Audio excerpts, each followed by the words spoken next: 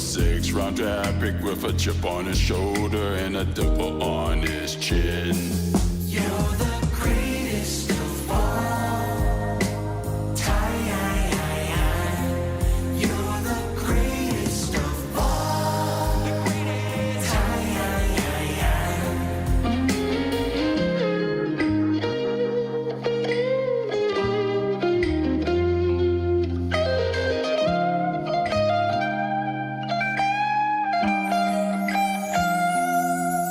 He broke so many records and reached unattainable goals.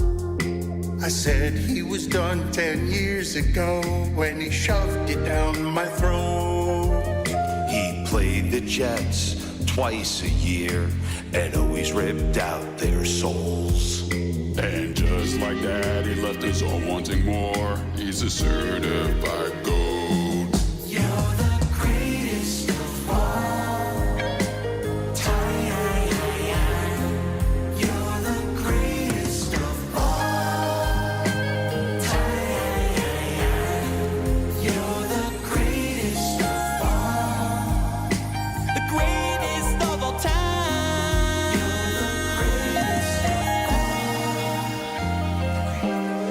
The greatest of all time.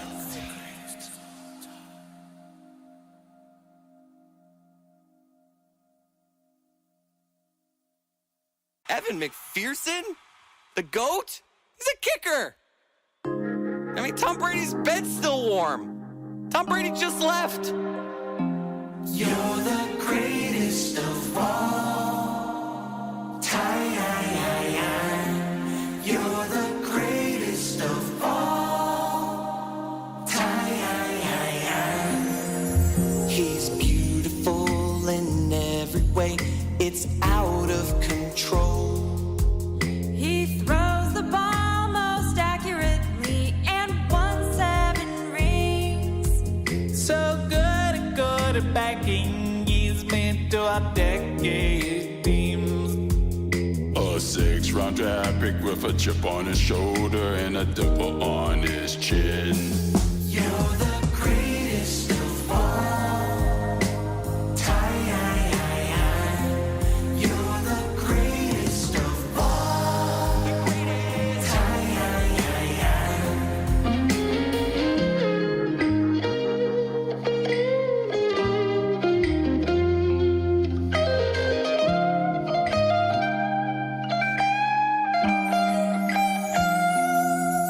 He broke so many records and reached unattainable goals. I said he was done 10 years ago when he shoved it down my throat. He played the Jets twice a year and always ripped out their souls. And just like that, he left us all wanting more. He's a certified gold. You're the greatest of all time. You're the greatest of all time. You're the greatest of all. The greatest of all time.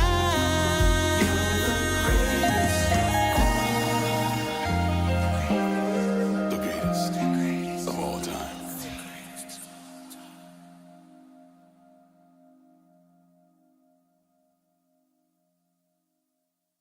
Evan McPherson? The GOAT? He's a kicker!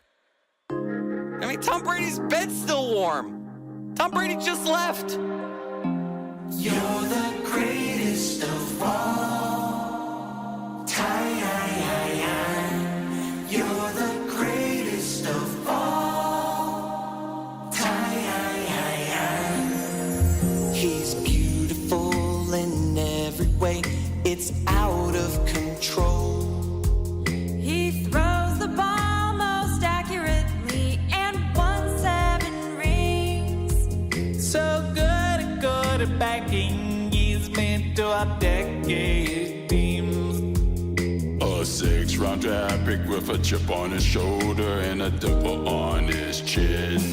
You're the greatest of all time. You're the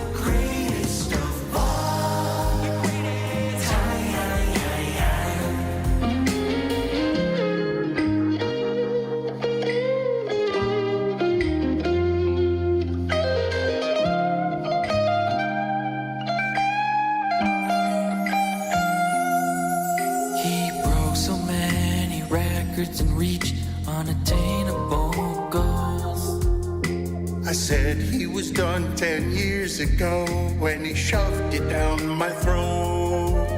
He played the Jets twice a year and always ripped out their souls. And just like that, he left us all wanting more. He's a It is very rare for us to start the live broadcast portion of this show and have news to react to.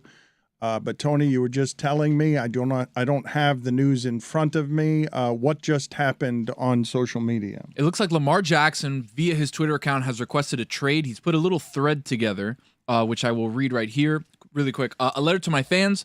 I want to first thank you for all the love and support you consistently show towards me. Thank you. Thank you out front. Not looking good for Ravens. All of you are amazing, and I appreciate y'all so much. I want you to know that that you should not believe everything you read about me. Let me personally answer your questions. In regards to my future plans, as of March 2nd, I requested a trade from the Ravens organization for which the Ravens have not been interested in meeting my value. Any and everyone that has met me or been around me knows that I love the game of football, and my dream is to help a team win a Super Bowl. Were you eating before you started reading? Yeah, I had I see a piece of a bagel. I see Roy like getting a bunch. What, Roy? Do you have cream cheese on your? I'm glad you guys are ready for the live broadcast. Is that cream cheese on the front of your girl dad sweatshirt? That is true. Yes, that's correct. Okay, continue, Tony. I want to know the science behind why we can hear that you were eating before. Like, Do you? It was only a bite too. I don't know. You want us to call Neil deGrasse Tyson? Is there more liquid in the mouth? Like what is What it? is a piece of food? I had the other half of the bagel. I had the other one. Okay, so please continue. So you weren't expecting me to come to you for reading? No, I was, and I told you I was ready, and then you were like, "All right, you ready?" I'm like, "Yeah, I'm ready. Let's do it." And then I was like, "Oh, I got a piece of bagel in my mouth." You and Roy sharing a bagel is adorable, by the way. You know, it's what we do. Stugotz would like You to. all are great, but I had to make a business You ain't decision that was the best for my family and I. No matter how far I go or where my career takes me, I'll continue to be close to my fans, to the Baltimore Flock Nation. Flock Nation. A dangerous Thank you for one. clarifying. Yep. It needed Just so it. everybody No, knows. it did. No need to censor. Flock Nation. Yep. And the entire state of Maryland. You'll see me again. This sounds good, like goodbye. Yeah. It's really weird timing for him to put that out, right? Because like he said, he requested the trade March 2nd, yeah. and then March 7th they franchised him. So no. Weirder still on timing. At the moment this was happening, John Harbaugh was being asked, do you expect him to be your quarterback? And his response was, I do. Field Yates just put the timing of that out, that Lamar's tweets were coming out as his coach is saying, I expect him back. So it's perfect timing. Another part of the thread, the last one, just said Truz, a lot of Z's, 5 Z's at the end, Truz. Let's stay connected and subscribe to my fan page. That was a heady play. Get the promo in at the end. Didn't he have like a weird thing last week where the NFL sent out this letter saying you're not allowed to negotiate with this person on behalf of Lamar Jackson because he's not an agent, he's not in our system or whatever. And then someone looked it up and said, oh, this guy was shilling like this weird like home gym system. Ken Francis. A lot of people, I was enjoying people putting Lamar Jackson, like wearing a fake mustache and glasses, pretending to be Ken Francis. Because, yes, you have to be a certified agent to negotiate with teams. And this is a guy who's doing a home gym, or not even a home gym, a portable gym company with him. But like it was going to be like one of my funniest things from the sports weekend because like Lamar made sure to get out ahead of it and say, Ken Francis has never negotiated on my behalf or whatever, right? And then the people put out the detail of he's trying to sell this weird home gym thing, right? And then like 2 hours later, Lamar Jackson puts out a video of him using this weird home gym thing and said it's coming soon. So it's like, you clearly are talking to this person. There is a lot of stuff here, Stugotz, to get to, and to me, it's fascinating. Now, Aaron Maben, a former NFL player, has accused the NFL in this instance of both collusion and racism. And I don't agree with either, actually. I do believe that giving guaranteed money to Lamar Jackson, the way that he plays football, and because he's missed, I think, 10 of the last 22 games, there are dangers in giving him guaranteed money. But I told you a couple of weeks ago that I'd be hurt if I were him if Deshaun Watson was getting guaranteed money coming off of what he was coming off of. Sure. And Lamar Jackson wasn't valued that way by his organization. And the Ravens have been smart in this respect, Stugotz, because he's negotiating for himself and they don't want to give him that guaranteed money. They've said, if you think you're worth it, go ahead and see if any team in the league, let's let the league negotiate with you, and then we'll match it if we want to. If someone else gives you the price tag of that money guaranteed plus 2 first-round picks, which is what you'd have to trade for him, which, sort of hurts the negotiation, right? Because it's not just the money. Yes. The conversation around this has gotten a bit convoluted, though, because once you start with Aaron Maben throwing out both collusion and racism, I actually got in my car the other day and found myself bothered because my radio was on one of the NCAA channels, and I get in and I hear on Fox Sports 2 broadcasters saying absurd things after absurd things. I don't know what their names were. They were comparing this to the O.J. Simpson trial. But then one of them actually said of the Atlanta Falcons, because this, I understand how people arrive at the conclusion that this feels like both collusion and racism when the Atlanta Falcons are immediately saying, in that division, no interest. And then those broadcasters saying one of the most amazing sentences I've ever heard. You don't want to piss off Desmond Ridder. Oh, snap. 3rd round pick, 2 touchdown passes, and I liked him at Cincinnati, but you got to keep him happy, Dan. But they went after Deshaun Watson and pissed off the best player in franchise history and former MVP Matt Ryan. Matty Ice. You don't want to piss off Desmond Ridder for an MVP. You realize that if I put Lamar Jackson in that division, that team immediately becomes the favorite. And nobody wants him. But you piss off Ridder. You do piss off Ridder. Forget about the other teams in that division that you piss off. You piss off Ridder. The conversation around this is fascinating, Stugotz, because an athlete in his prime who has won an MVP at a really important position can't get his money, is negotiating for himself, and has now decided public mess. He has now decided, and we've talked about this a lot, Stugotz, Aaron Rodgers and Tom Brady somehow learned this from LeBron. These guys have all realized the power and the economies that they have. And in a salary cap sport, if you want something different than what you presently have, you can make the mess that makes it so uncomfortable that you get out of there. And Lamar Jackson is now willing to make the mess more than he's been willing to make the mess. But if the Ravens match, right? He's kind of stuck. Oh, but now we find the test, right? Because I've heard the conversation many a time. People say in basketball, well, why don't you just keep the guy? He'll be upset and you just keep him. But it always ends the way Durant ends. Eventually, he's gone. Eventually, you have to get rid of him because he makes it so untenable and so unpleasant that you can't keep him. But this hasn't happened in football, and it certainly doesn't happen at that position. And it certainly doesn't happen with a player in his prime worth this much money, a former MVP.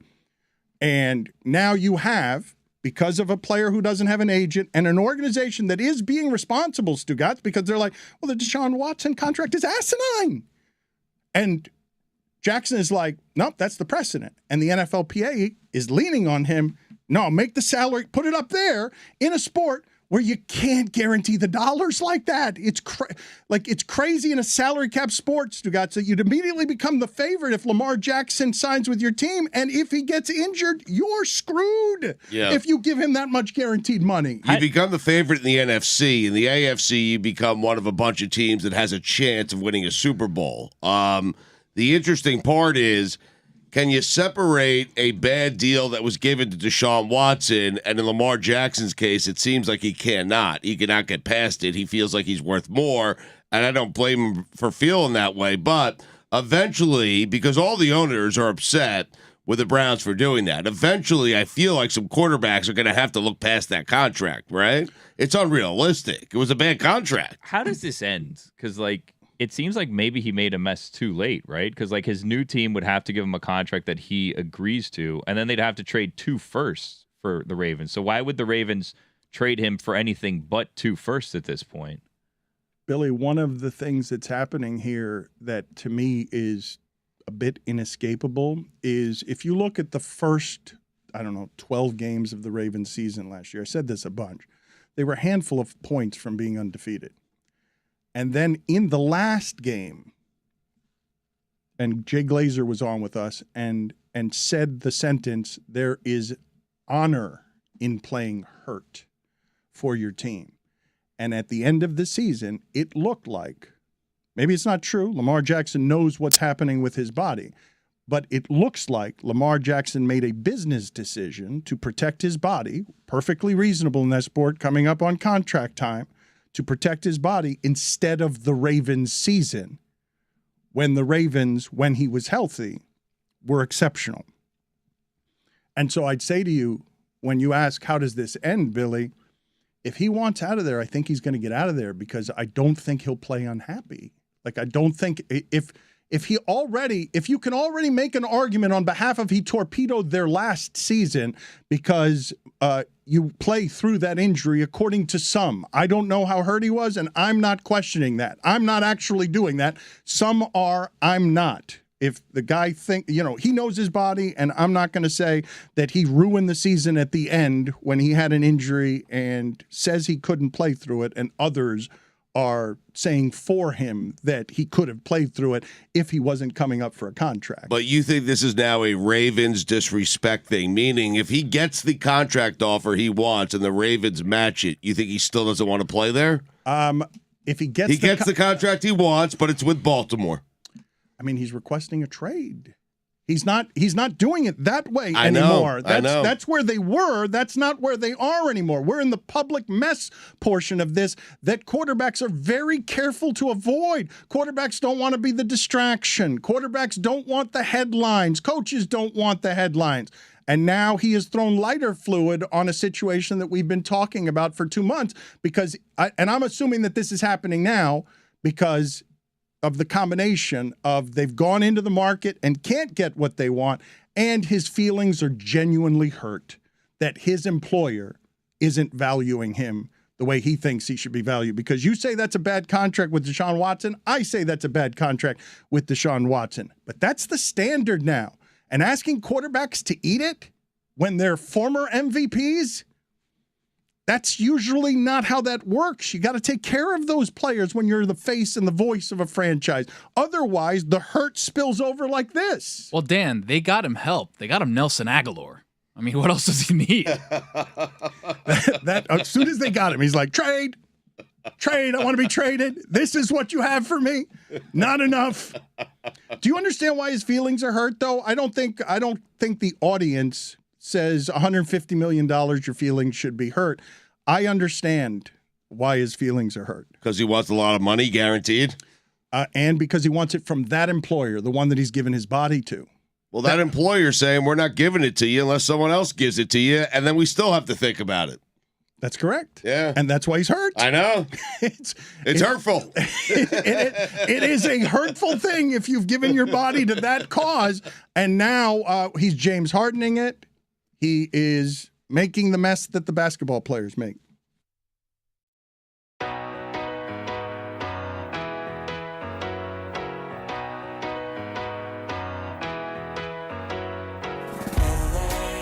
I'll spend all night out in Venice. All right, new game. First person I associate with the sports logo. I like this because it's not going to be embarrassing for me, right? I'm going to recognize a logo. Orlando Magic. Daryl Armstrong. Because there was a Heat playoff series where Daryl Armstrong was killing us, and they were chanting "Beat the Heat," and I was really annoyed by them. So Daryl Armstrong, you are the player I associate with the Orlando Magic. Kevin Clark, UM alum, would be second. The Orlando Magic. Markelle Fultz? You can't name more than that. Shaq? I don't know. All right, I'm flipping it over now. Penny Hardaway. All right, I've been instructed to look at a logo of a certain team and figure out what player comes to mind first. Wow, the Orlando Magic. First player I think of is somebody that I used to recreate my game after when I was in high school because the Magic were making a run my junior and senior year to the finals. And the first person I think of when I see this is Hito Turkoglu. Absolute killer Okay, big power guard, in my opinion. Big power guard that'll be able to go out, command the floor, shoot threes, facilitate. I loved Hito Turkoglu. That's what I think of. All right, so got a logo here. Logo. The Orlando Magic. Scott Skiles. Right? Yeah? Let's see how Taylor tries to make us look bad today. Orlando Magic. Oh, probably Shaq. I mean, it could be Penny. Probably Shaq, though. Definitely Shaq, just because I like Shaq a lot. Best center of all time. That's right. I said it. John Amici. Definitely John Amici. 100%.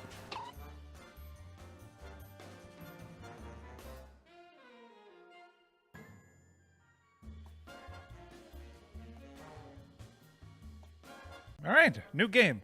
First person I associate with the sports logo. I like this because it's not going to be embarrassing for me, right?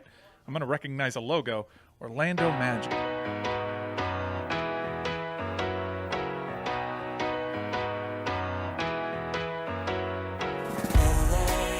I'll spend all night out in Venice, then make castles in the sand. Santa Monica's calling, but I'm here to cover the Rams. I'll stay in and avoid chateaus. If I booze, then I'm on Skid Row. Just one drink to begin, not like that's a big sin. Just one beer, then we're gonna go to the Super Bowl. Now, Mike, you know we're here to cover the big game. It's a time to be professional and avoid all the temptations the City of Angels may have to offer. Ain't that right, Jess and Kate? That's right. We're just here to ask quirky questions to grown men wearing their full uniforms without pads in a convention hall. Oh my God, is that George Clooney? It is! Baby one scotch at the Roxy. Come on now! One shot at whiskey a go-go. There we go! Now we're drinking to avoid temptations, but a job to do. Professionals with a drink or two. Just a thin bowl of gin, and then I'll be locked in. After gin, then we're gonna go to the Super Bowl. To the Super Bowl. Super Bowl. I mean, we have been locked up for a while. Yeah, there's no rule against covering the big game and enjoying La La Land. Wait a minute, it's the Walk of Fame. So much to see instead of the big game. And the traffic is bad on La Brea. So come on, join me in popping tequila. I'm just here to drink and find Lewis Hamilton. Hey guys, Kyle Brady. You gonna shotgun a beer or what? I don't feel so good. I am genuinely fucked up right now.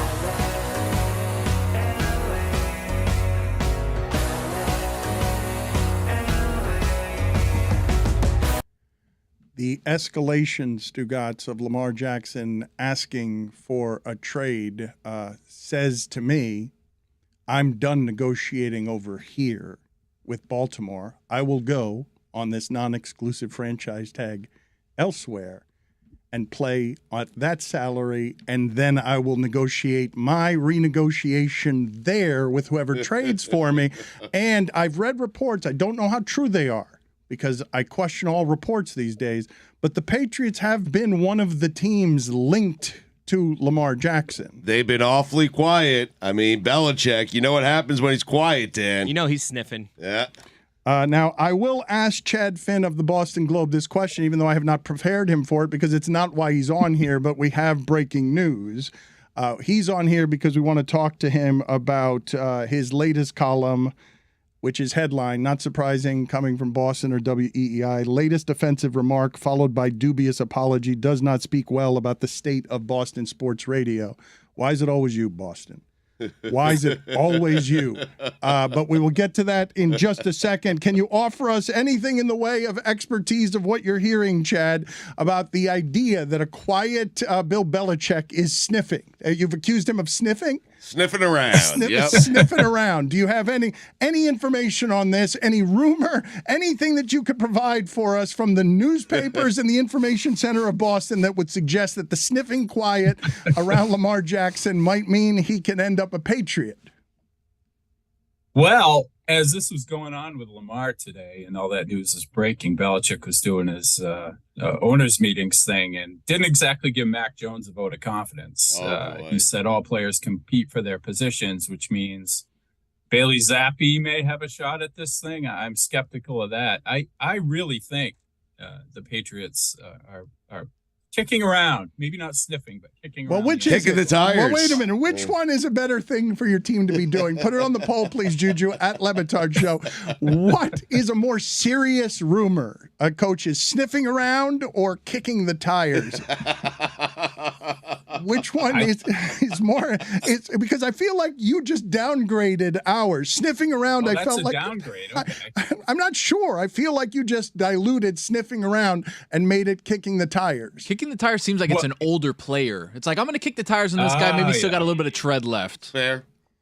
Well, I think it all started as a beat writer's daydream up here because you see, Rodgers probably going to the Jets. Josh Allen, Miami's got a loaded roster. And you guys Suddenly have the nothing. Patriots are pretty boring. Yeah. Imagine getting Lamar, I really though. think it's valid. Right. But imagine Lamar in that division. And that running game. They'd be playing differently than everyone else in the Lamar, division. Allen, Rodgers, and Brady. Chad, could you see a scenario where the Rodgers things doesn't pan out because he still hasn't officially signed with the Jets, and then Lamar ends up with the Patriots, and there's Tua down here in Miami, and then there's Josh Allen, and the Jets have no one? You sound like a Boston NFL writer there. That's the kind of stuff everybody's been cooking up. He's the lately, Duke. but- He's an international No, fifth that's a ranked. compliment or an Yeah, insult. he's much bigger than that, sir. Yeah.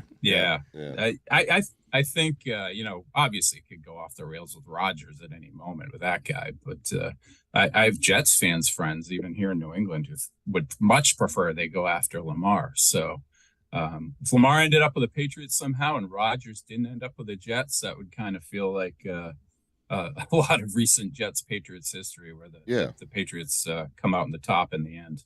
It would feel like the Jets, right? Yeah. I also should explain to the audience again, just clearly, Chad Finn has no football expertise that involves the reporting whatsoever.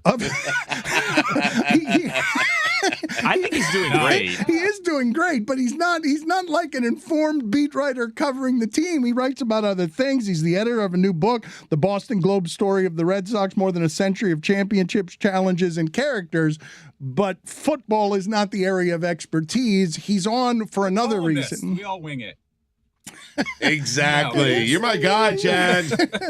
But tell us, give Stugotz, if you would, just sort of the cliff notes of the latest. This one involves Mina Kimes, Stugotz. I don't know if you saw this, but WEEI, it seems WEEI is in these more than anybody else in Boston, correct? Well, historically, yes, but the real issue here, well, one of the issues was that it's happened twice in about a month here in Boston. We have two primary sports radio stations, and it happened in the afternoon drive show almost exactly a month to the day where this WEEI thing happened. So it's a trend, and it's a trend that's getting more and more, at least over the last month or so, more compact and more frequent, which is not what you want, especially with the reputation Boston has. It is correct to say that they battle the explanation for the latest controversy in Stugotz. It was an Asian slur that was used, and they say they were talking about the small bottles, the name for the small bottles of alcohol, and then it turned into an Asian slur.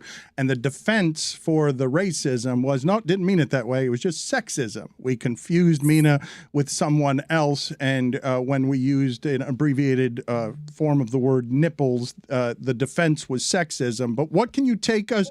What was the explanation beyond that from the radio station, and why does it keep happening? Yeah, the explanation, they had the guy, his name's Chris Curtis. He's a producer, a host, a producer who interjects a lot and really doesn't add a lot to their particular show. but he interjected while they were discussing those small bottles of alcohol, and because there's going to be a ban on them in Boston, possibly. So he interjected his comment with a wrong person with the initials MK, he says. But in his explanation, which was this meandering thing that took 3 or 4 minutes, which he apologized to Mina from 3,000 miles away a bunch of times, but never actually explained what he meant, never explained if he knew even the slur existed, and didn't explain why the joke about that actress would have been funny. So still left a lot of details there about what was going through his brain in that particular moment unanswered. Why does it keep happening? Keeps happening because the consequences aren't high enough. I mean, 20 years ago, Jerry Callahan and his co-host John Dennis on WEEI, the previous morning show on that station, once removed. The worst. The worst. The worst. Yes. Yeah, I agree. Jerry in particular was the kind of guy who helped Boston's terrible reputation with race continue to exist when a lot of people, the majority of people were doing what they could to make that reputation go away. But they had an incident where gorilla escaped from the Franklin Park Zoo up here, and they made a joke about how it was one of the kids in the Metco busing program. So you can draw the line there. He got suspended 2 weeks for that. Probably should have been fired. I should have looked this up, but I think it got extended after a little while, and he was gone longer than that. But Curtis this week, obviously not as bad of a, if you want to rank comments like that, it wasn't as bad, but he only got a week. What's his consequence? He's back Wednesday. I mean, should have at least been a month. I don't like to call for outright firing of people, but he should have been gone longer than he's going to be. You mention an absence of consequences. I'll go a step further. I remember in the back and forth, one of many I've had with Boston, when they've said horrible things about my father. I remember that WEEI was affiliated with ESPN, and so I couldn't go back at him. I wasn't allowed because it would escalate everything in a way, and they wanted it to go away. They didn't want lighter fluid on the situation, because I imagine what happened with Callahan is you get the punishment, and then the outrage keeps ending up on the doorstep, and so they're not reacting to the action, they react to the reaction. It's not real leadership. Yeah. It's just sort of like, oh, these are other people telling us how we should lead here.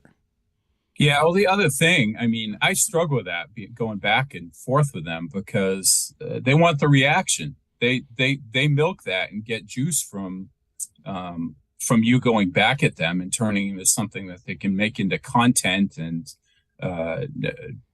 quote defend themselves for a couple more days and bang the drum against you in particular or me in particular. So I don't know. I kind of agree with the corporate approach, just to kind of let those things slide as badly as you might want to stick up and defend for yourself, because it's just fuel for them, and it never ends if you do.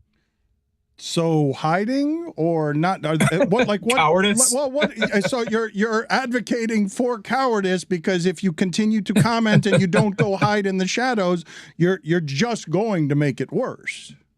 Yeah, I think it's because it comes from such a bad faith place, and the people who are in their corner are just listening to what they're saying. They're not actually looking for what the truth is, or what if somebody says LeBatard did this or Finn did this on that station, they're going to take their word for it. They're not actually going to read what you wrote or listen to what you said on your show to find out if what they've heard in the radio is accurate. And so I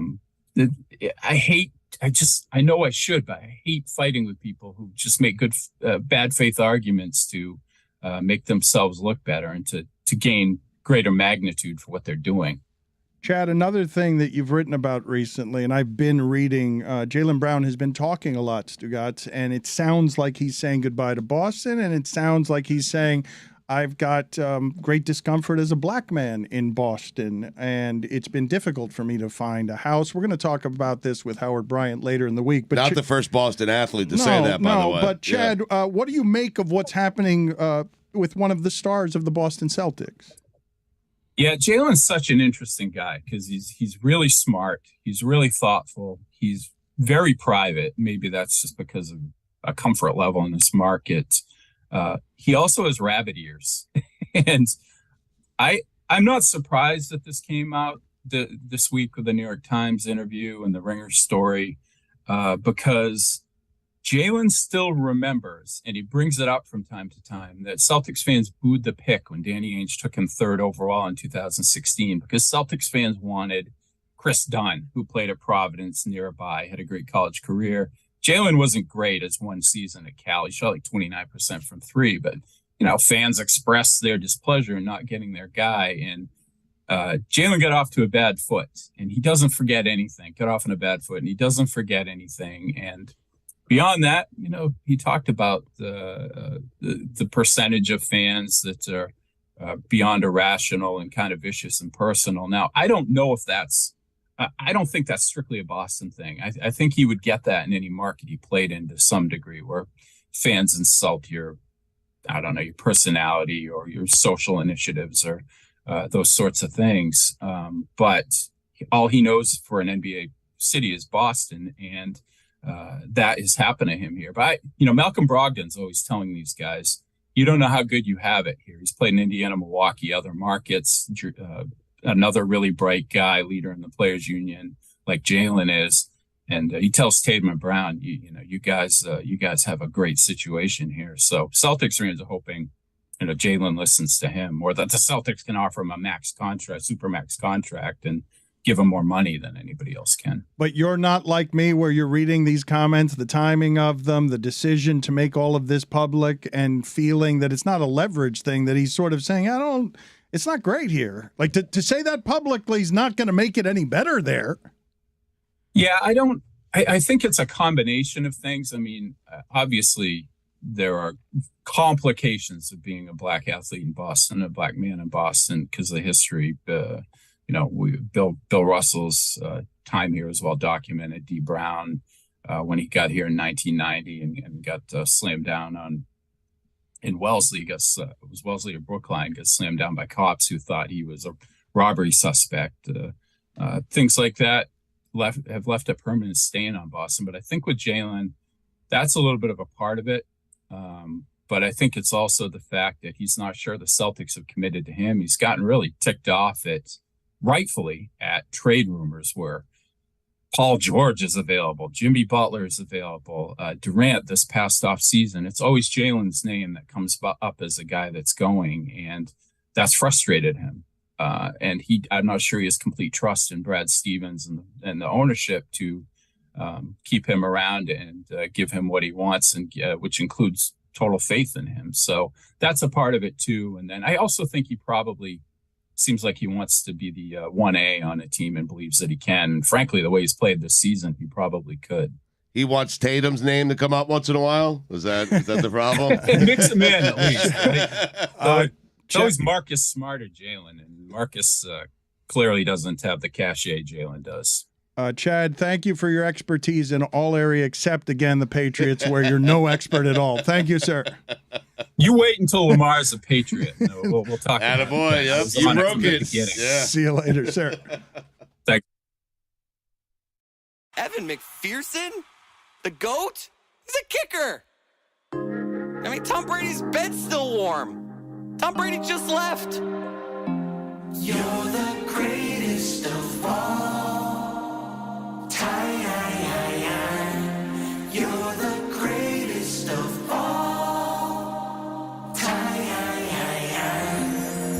He's beautiful in every way. It's out of control. He throws the ball most accurately and 1-7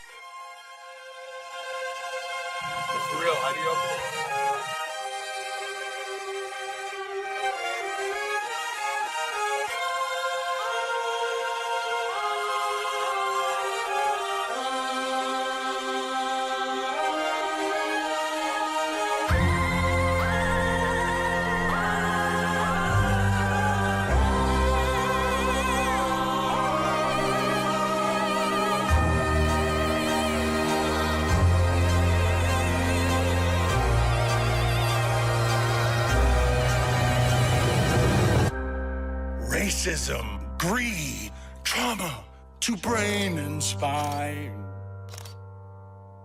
And yet, I cannot look away. Heroes are dead. Science has their heads. Oh, is there no escape from here? I need to know. It eats my soul. Nothing stops the NFL.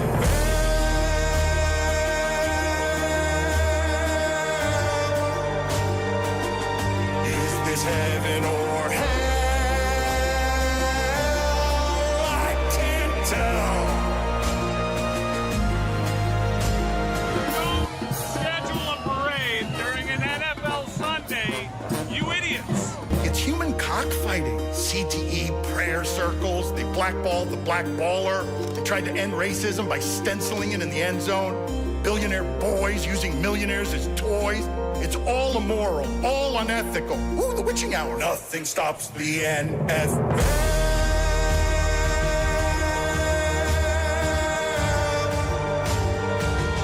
Is this heaven or hell? I can't tell. It's Irving and Snyder and Flores and Gruden, but Kyler, but Kelsey, but Cooper, but Canton. It's cheating and tanking and bounties and banking, but parlays, but face paint, but promo, but weddings.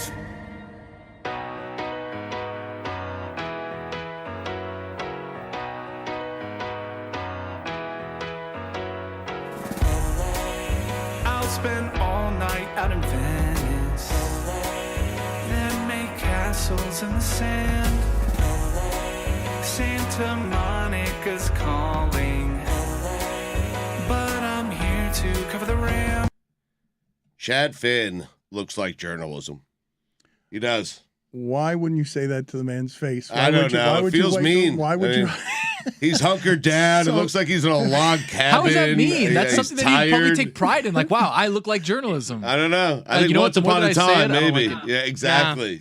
Looks like journalism doesn't sound Not good. a compliment. You don't want to look like Not journalism. from him, no. Put it on the poll, Juju. Do you want to look like journalism? And also, does Chad Finn look like journalism? A weird thing that happens when you Google Chad Finn, the first thing that pops up is Bill Belichick's picture, which is What? odd. Yeah. Not a football guy, too, so it's weird. Yeah.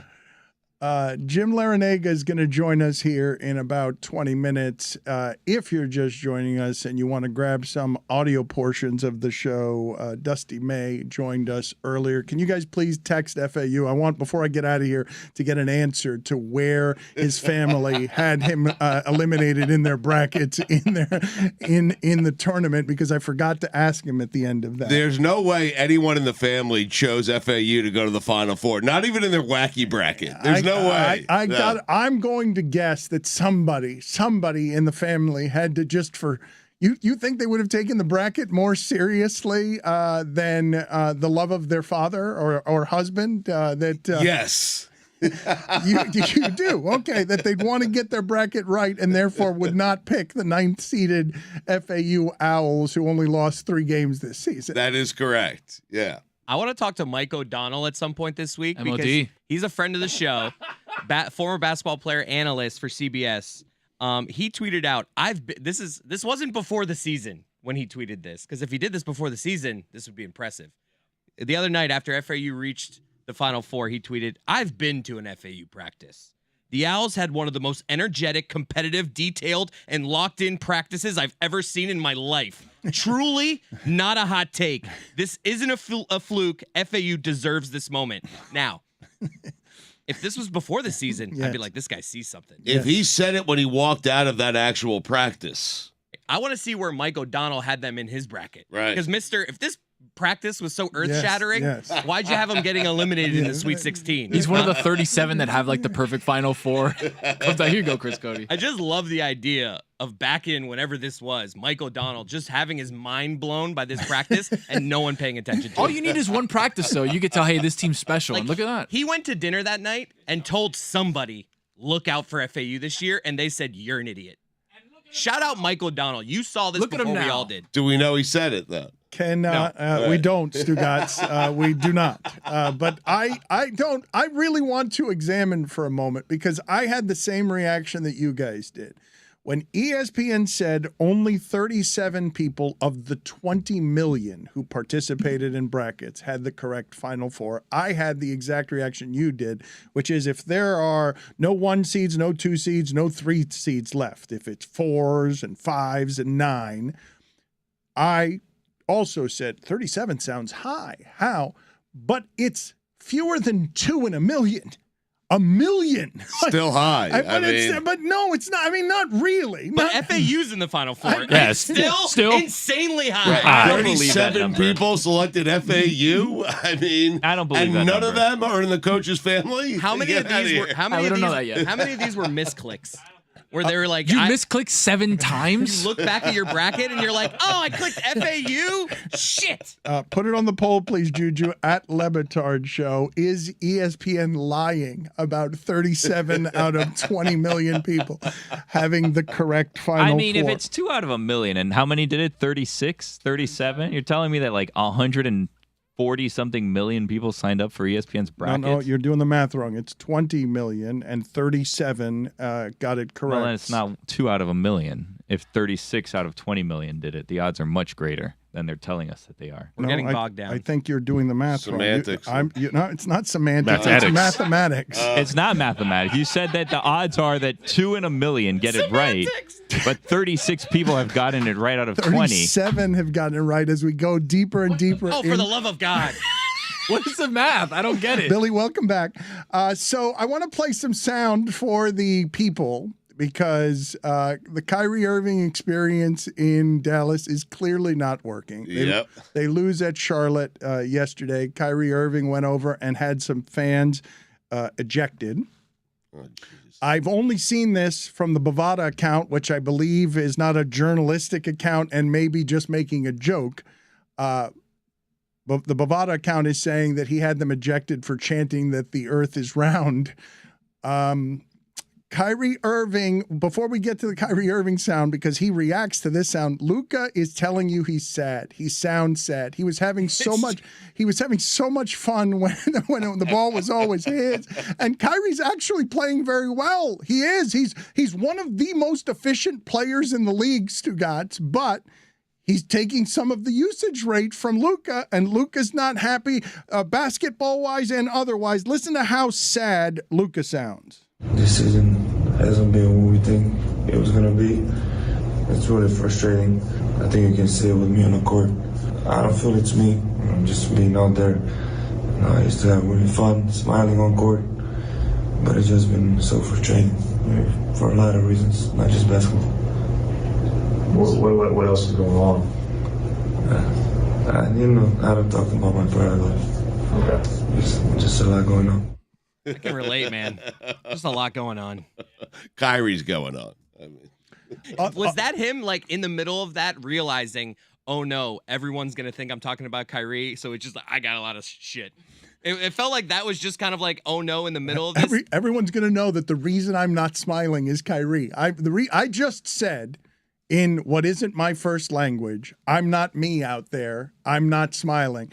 Everyone's going to assume it's Kyrie, and then you just pivot all of a sudden to saying, and I've got other things going on, and it's a good move. He may have other things going on, but if he doesn't, it's still a good move. And then, of course, what do we have to do now? We have to ask Kyrie about Luka's comments. Yes.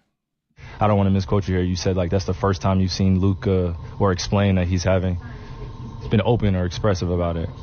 Yeah, I'm sure he's had some private time to acknowledge it, but when he acknowledges it in the public eye, I think it's usually suppressed emotions from a long period of time, and he just wanted to get it out and get off his chest, and I'm proud of him for, being honest and open.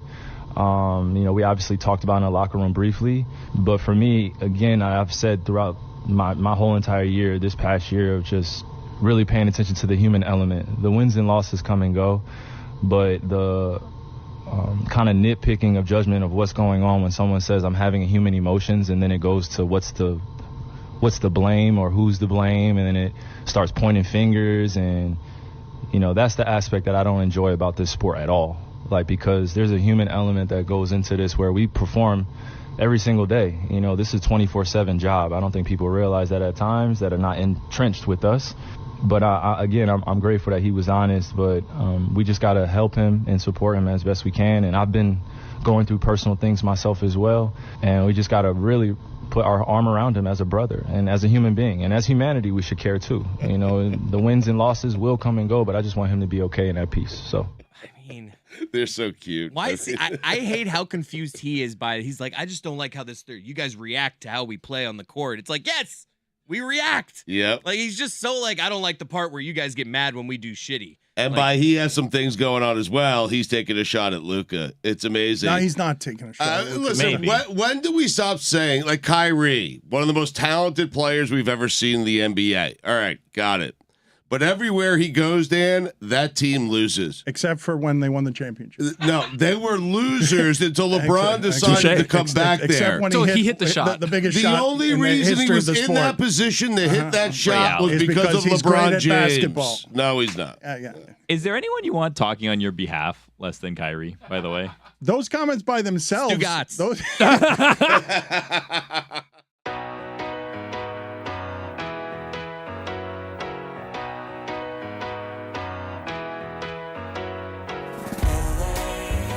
Spend all night out in Venice, then make castles in the sand. Santa Monica's calling, but I'm here to cover the Rams. I'll stay in and avoid chateaus. If I booze, then I'm on Skid Row. Just one drink to begin, not like that's a big sin. Just one beer, then we're good.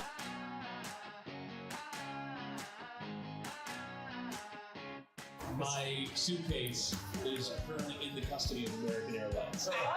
Only the people from Austin. Yeah. Go. A lot of things are happening right now. People are running all over the place. I'm doing we're doing a documentary kind of thing. You know what I mean? Woody, come here. My nose is constantly running here. Yes.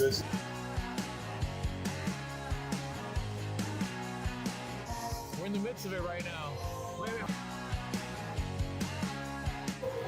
My solo, by the way. That's my solo, by the way. How's this going? By the way, Danny, you got me? You got me? He doesn't believe me. That's my solo. And Danny knows. Danny's behind the camera. Danny has been mixing me for 6 years.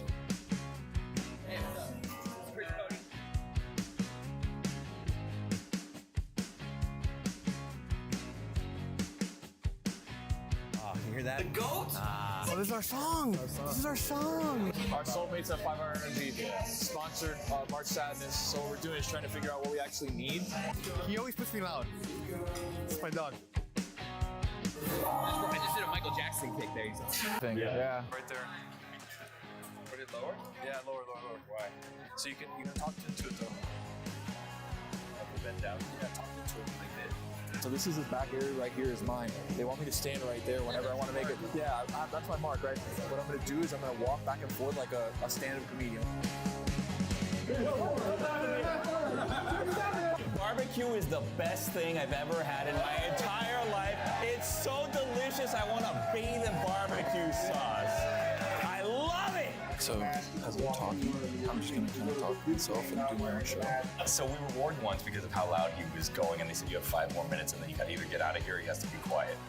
So what I did, like any great producer would do, I left. That is the genius of Stugotz at work. Boo, Chris Cody! I have to pay you to wear a quarter zip-up sweater like that. Dude, kill me, Dad. That's me, Dad. No money. Keep it. Am I really fat? Do I look fat or am I good? Thumbs up? So, sort of fat. Yo, so, by the way, the sexiest thing I've ever seen Chris Cody do is sing the song. Put me in the room when you were doing this. You don't want to be there, baby. I visualize that you're naked. Thank you, Roy. The blue glasses he got on right now are straight from the Chevron, sir.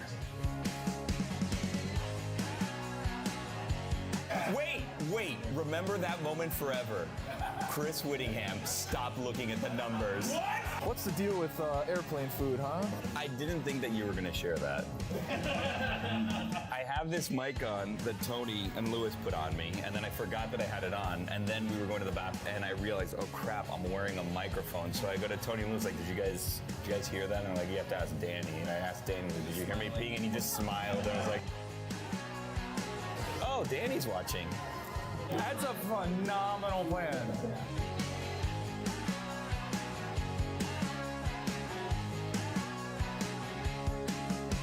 Yo, get the fuck out my stage!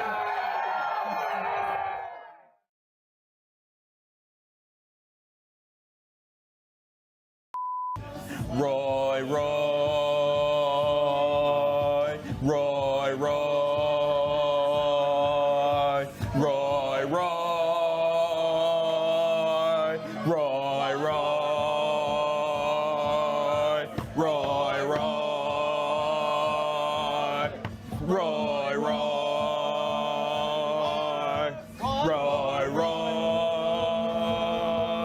one more Roy.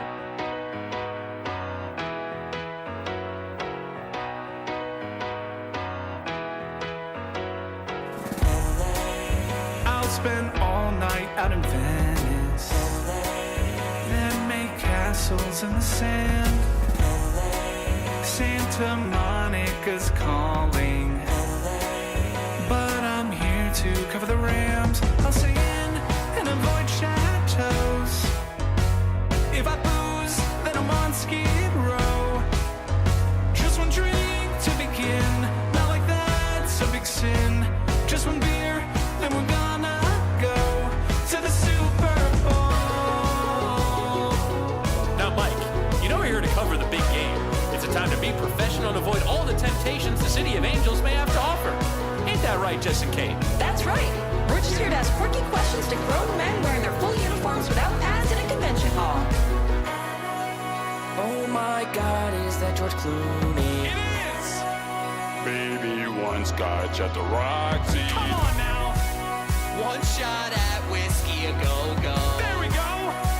Now we're drinking to avoid temptations, but a job to do.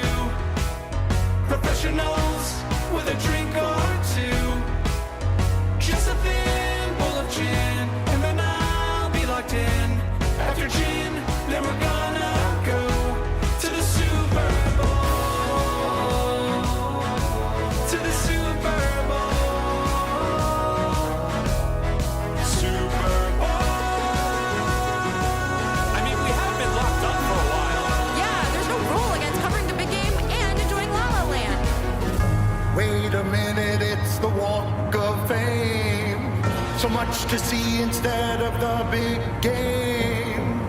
And the traffic is bad on La Brea. So come on, join me in popping tequila. Get it! I'm just here to drink and find Lewis Hamilton. Hey guys, Brady, need a shotgun of beer or what? I don't feel so good. I am genuinely fucked up right now.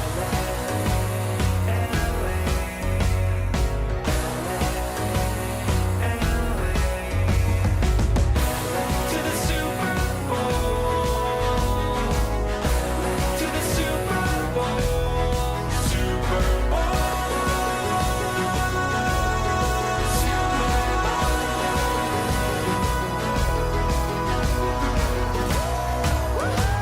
Let's do another round of shots.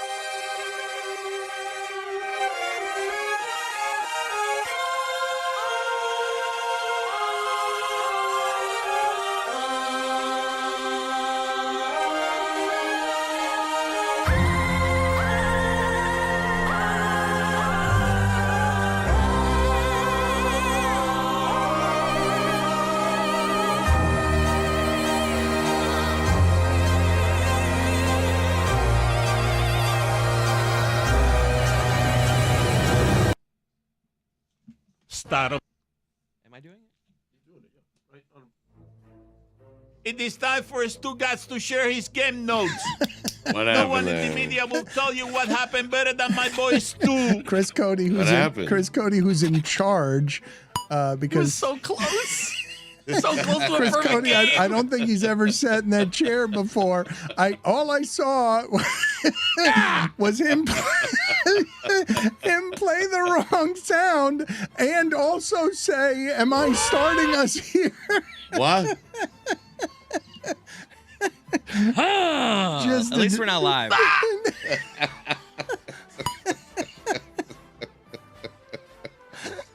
We're having fun. What are we doing here? We're doing weekend observation. Okay. That's why the music is still playing. Weekend observations brought to you by Miller Lights. 96 calories available for delivery. Dan, once upon a time, they were a major part of the college basketball landscape, winning 4 national championships since 1999. Tate George, Donyell Marshall, Jim Calhoun, Ray Allen, Richard Hamilton, Kevin Ollie, and of course, Jake Voskuhl. They went away for a while. They did. But after blowing out Gonzaga and advancing to their first Final Four since 2014, Dan, make no mistake about it. Favorite. The Yukon Huskies. What happened there? They are back. I'm excited about the Huskies. Are you? No. Speaking of back, on Thursday, the fastest game in the world returns. Baseball.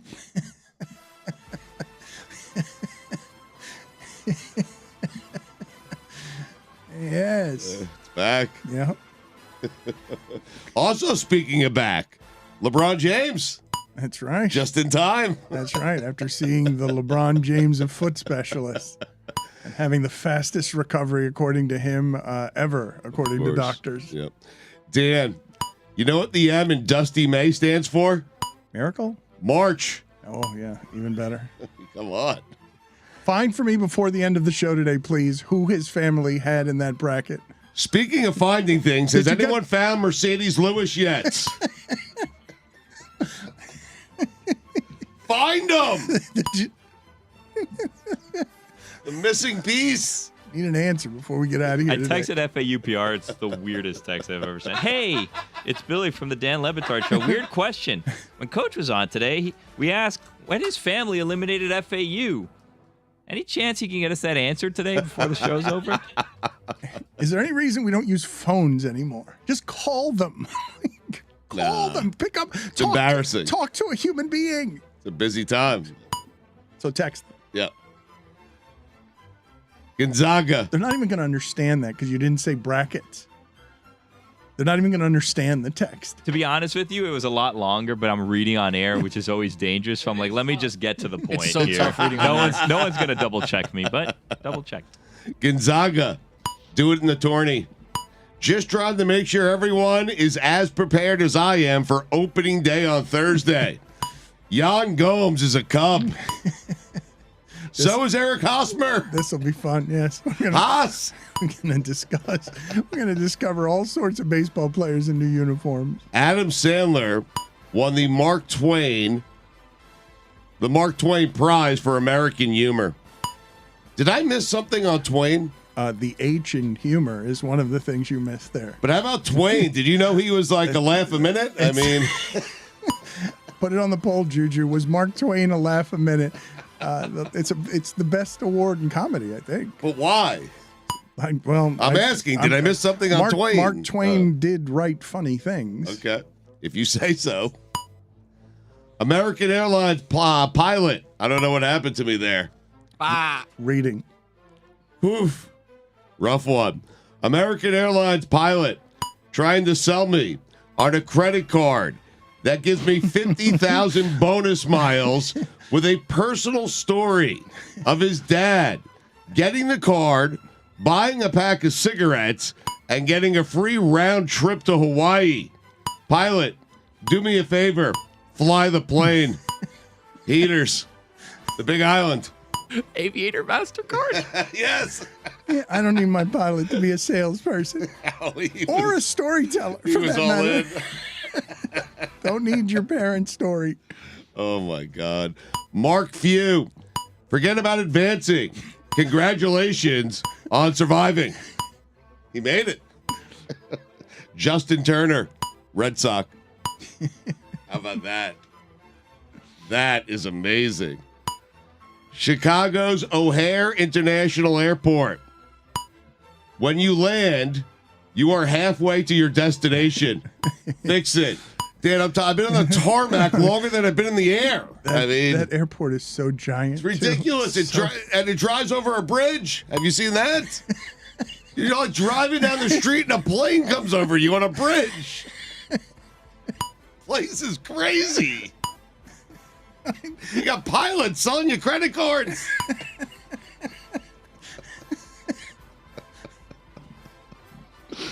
Anyway. Croissant flakes. Easily in my top 5 foods. What? Wait a minute. What? Croissants. A croissant. Okay. A nice little croissant. Okay. Sorry. You're What did I say? you're beginning to slur. Well, I told you right around now what happened. It's happening. Late night. March. Anyway, top 5 foods that I like that come with a minor consequence.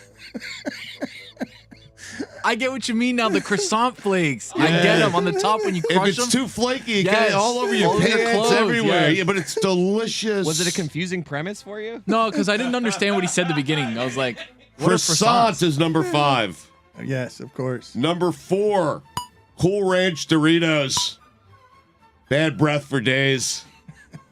Put it on the poll, Juju.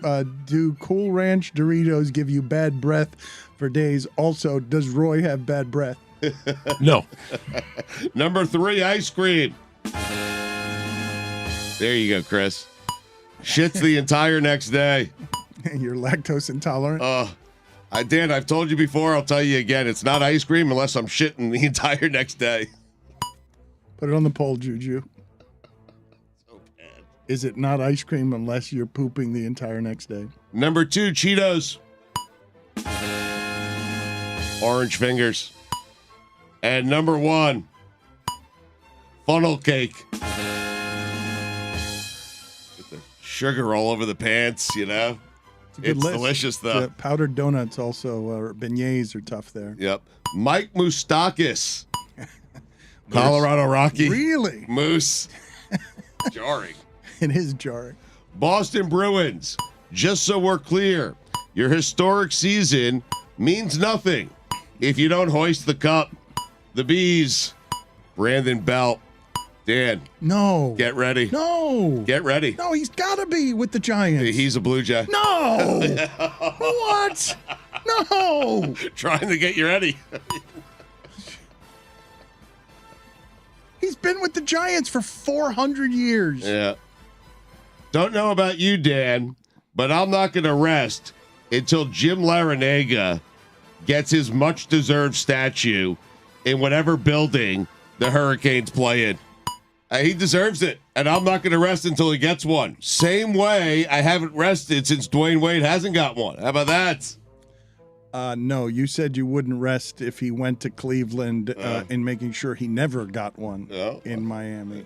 Does he have one? He does not. I got UD that section this weekend. We will ask Larrañaga whether he deserves a statue in about 20 minutes. Isaiah Wong, odd name.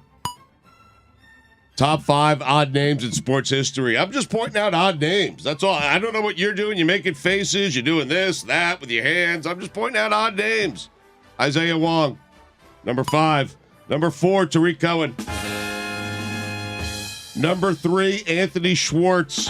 Good, there's 5 of these. Number 2, Dean Windass. Good one. Number 1, Khalil Green. No, Dick Trickle. Oh, I forgot. Milton Or Bradley. Dick Paul. Yeah. Real upset. Watch out for the Warriors. Joey Gallo is a Twinkie. He's a Twinkie, Dad.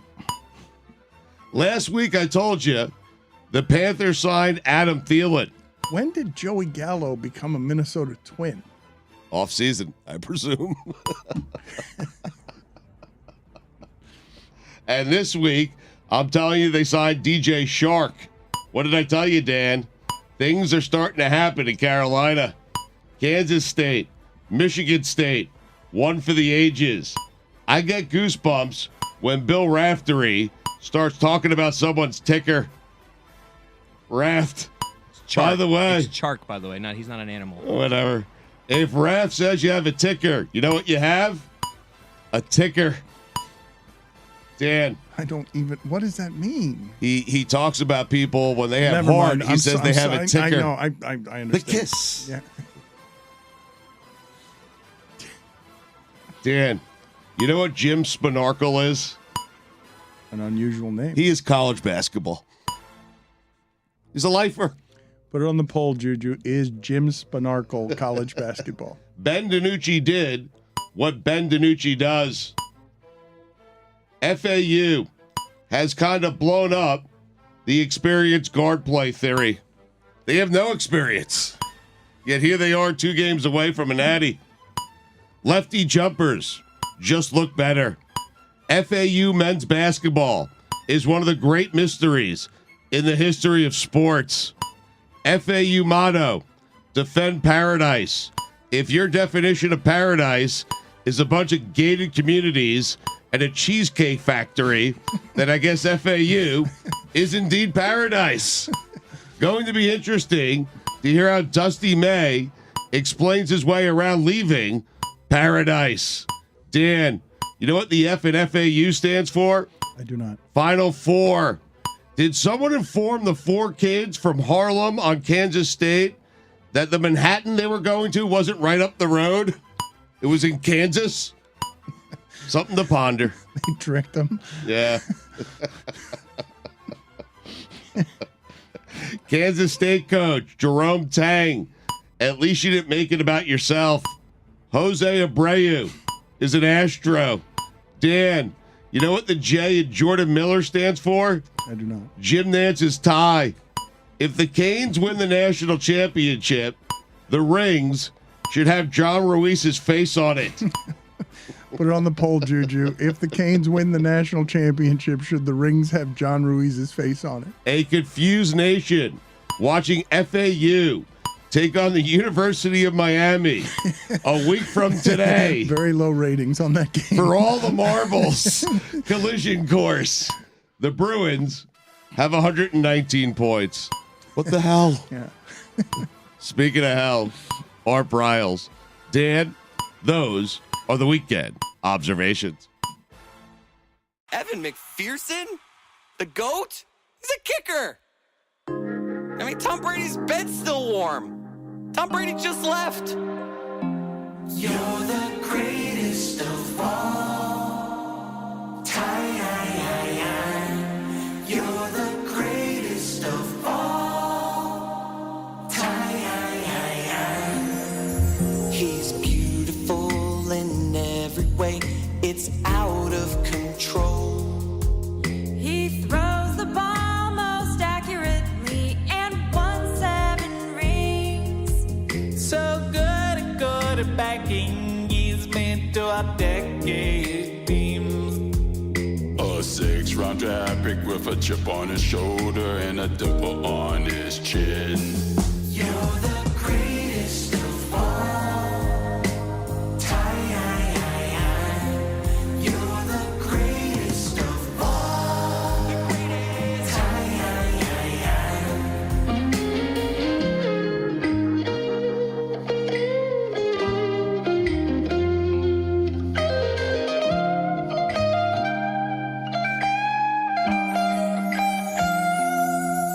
He broke so many records and reached unattainable goals. I said he was done 10 years ago when he shoved it down my throat. He played the Jets twice a year and always ripped out their souls. And just like that, he left us all wanting more. He's a certified GOAT. You're the greatest of all time.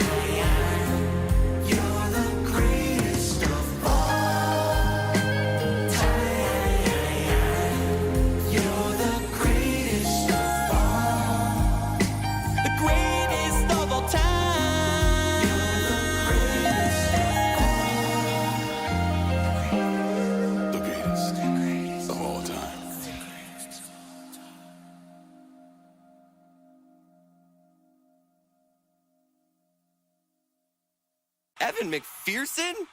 The GOAT? He's a kicker. I mean, Tom Brady's bed's still warm. Tom Brady just left. You're the greatest of all time.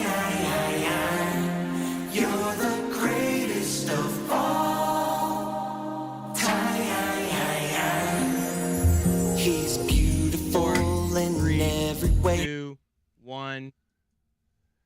Really happy for this man and the program that he has built at the University of Miami. 17 years to the day after he takes George Mason to the Final Four, he now takes the University of Miami to the Final Four. And I'll ask you, Jim, after congratulating you here, the same question I asked Dusty May. When you look back at the last 24 hours or even the last, the last weekend, what are the snapshots that make you the most emotional? The things that you think about that fill you with the most gratitude, that that might make you weepy on a particularly grateful day?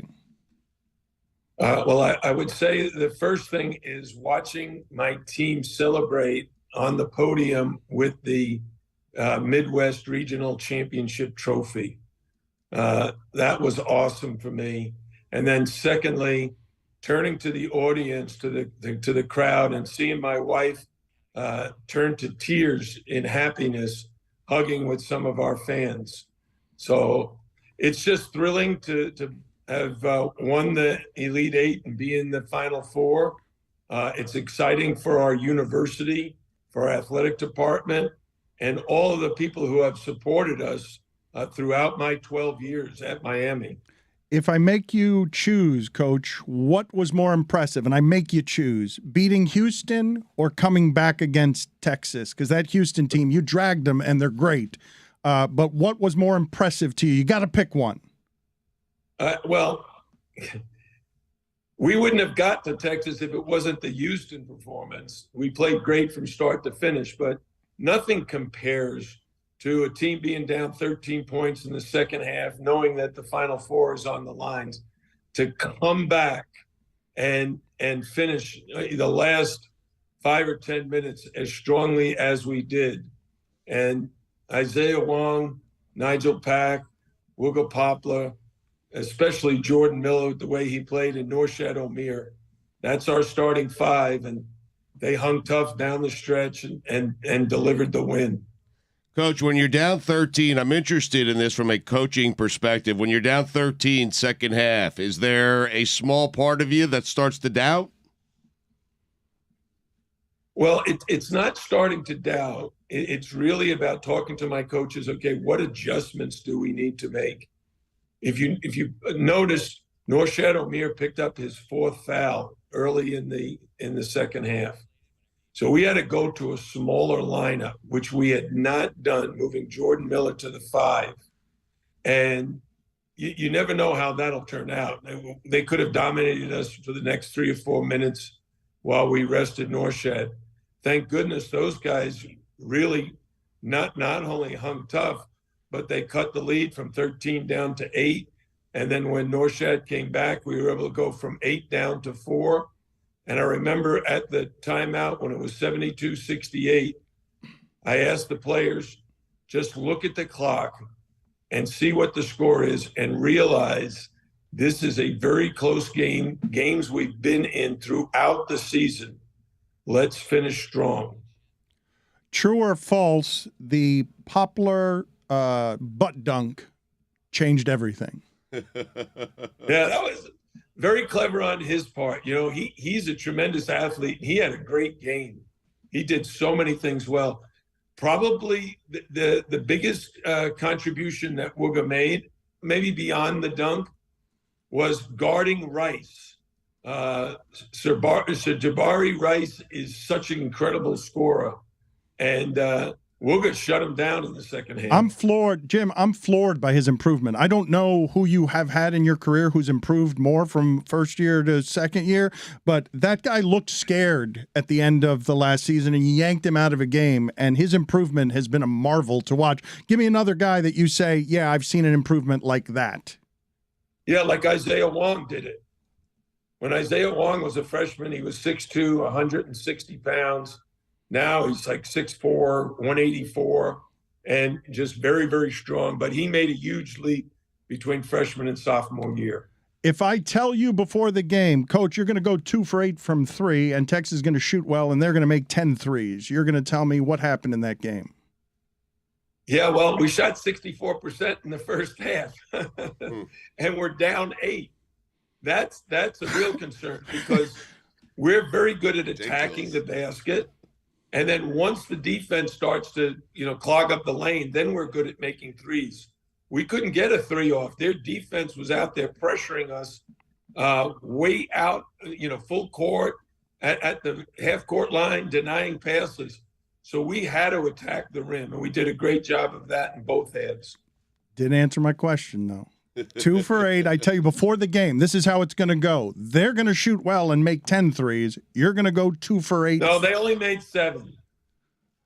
They made 7 in the first half. I'm talking about for the game.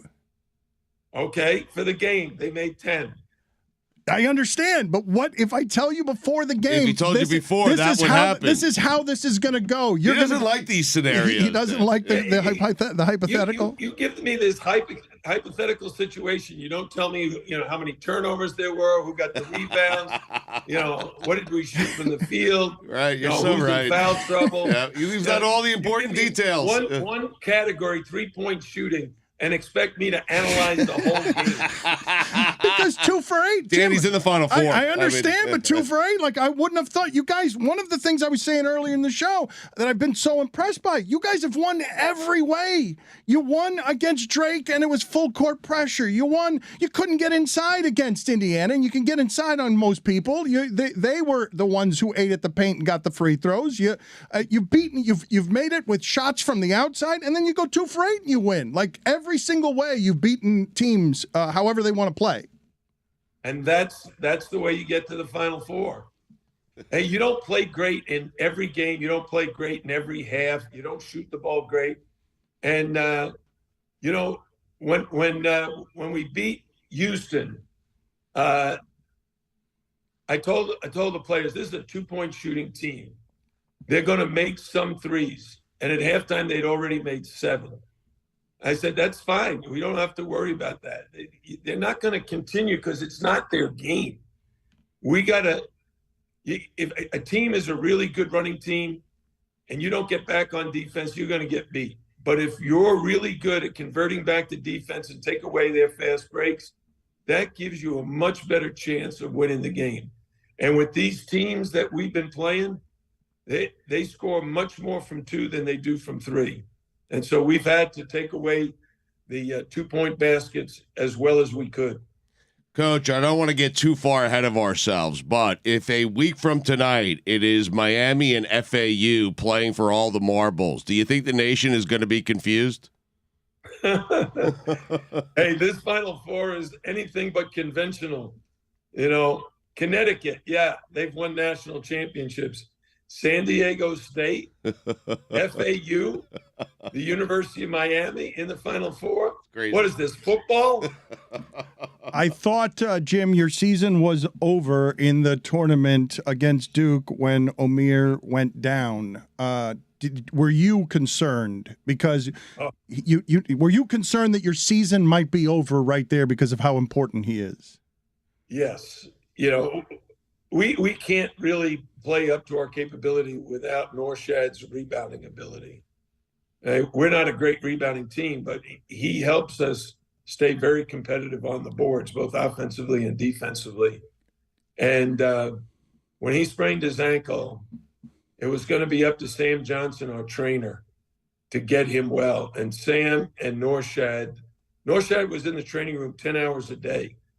And that enabled him to get back and play against Drake. And once we had him back, I thought, okay, we're in good shape now. Have you ever seen or had a player at his size with that strength? No, not with his strength, not with his competitive spirit, not with his jumping ability, and not with his desire to get every rebound.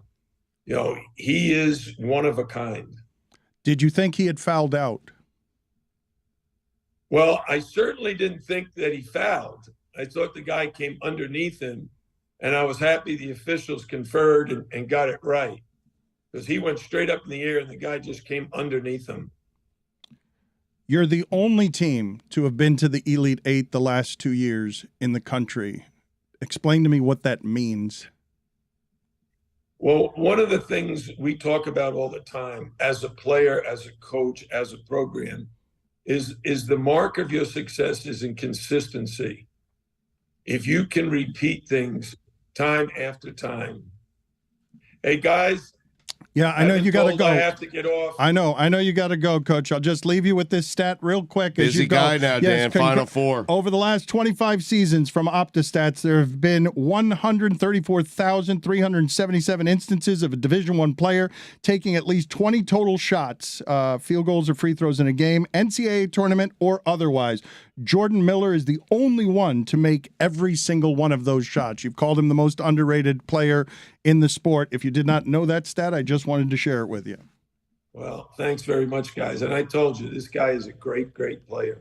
At least it was a short one, Coach.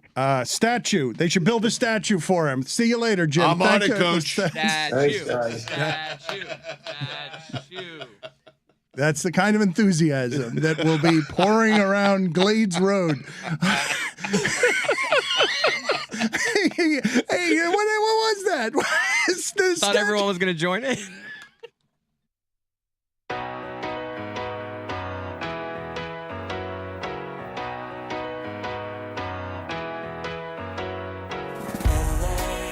I'll spend all night out in Venice, then make castles in the sand.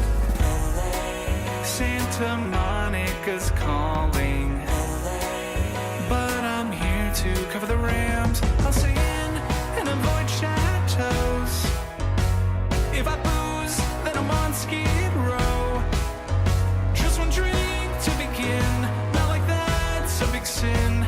Just one beer, then we're gonna go to the Super Bowl. Now, Mike, you know we're here to cover the big game. It's a time to be professional and avoid all the temptations the City of Angels may have to offer.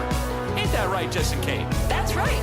We're just here to ask quirky questions to grown men wearing their full uniforms without pads in a convention hall. Oh my God, is that George Clooney? It is! Baby, one scotch at the Roxy. Come on now! One shot at whiskey a go-go. There we go! Now we're drinking to run and avoid temptations, but a job to do. Professionals with a drink or two. Just a thin bowl of gin, and then I'll be locked in. After gin, then we're gonna go to the Super Bowl. To the Super Bowl. Super Bowl. I mean, we have been locked up for a while. Yeah, there's no rule against covering the big game and enjoying La La Land. Wait a minute, it's the Walk of Fame. So much to see instead of the big game. And the traffic is bad on La Brea. So come on, join me in popping tequila. Get it! I'm just here to drink and find Lewis Hamilton. Hey guys, Brady, a shotgun of beer or what? I don't feel so good. I am genuinely fucked up right now.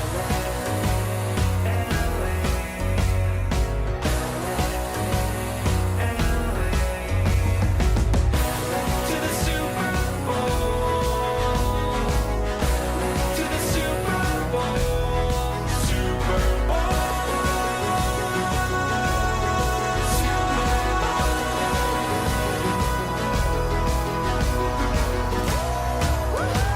Let's do another round of shots. One more round.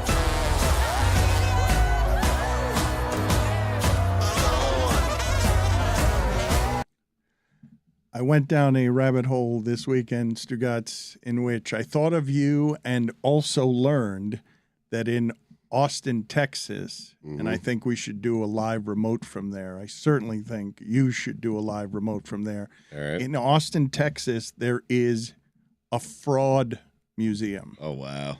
And Steve Commissar, a man named Steve Commissar, is in the Fraud Museum because he's been guilty of an assortment of crimes in 1983, in 90, 94, 99. But my favorite is that he once put ads in magazines for solar-powered dryers. Right. For $49.95, and then if you ordered them, he just sent you a clothesline. Heady play, right? Totally. I'm so upset I didn't think of it. You just hang the clothes out to That's dry. right. It's just you pay $49.95. You're like, solar powered dryer. I want one of those. I'm energy conscious. I want to protect the environment, and then you just get a clothesline. It's not false advertising. No, well, technically, but he's right. Technically, it's fraud, and he's in the Fraud Museum. Technically, That's how you get there, though. I mean, How do you get some bad rap on become that? Hall of Famer. That's correct. This weekend, also, I saw Stugotz because when you talk about, you've heard me say, of the desperation on the island of Cuba, that many people are literally throwing their lives to the wind, putting together an assortment of boats and vessels from, hair dryers and a washing machine and tires. And Cubans can be very resourceful in their desperation. And the area between Cuba and Florida is said to be the world's largest graveyard because of the number of people who die in the desperation of trying to get to freedom. And this weekend in Key West, I guess I shouldn't have been surprised, but I was. This rickety thing that landed at Key West International Airport that was made of a motor and looked just not safe. A motorized hand glider.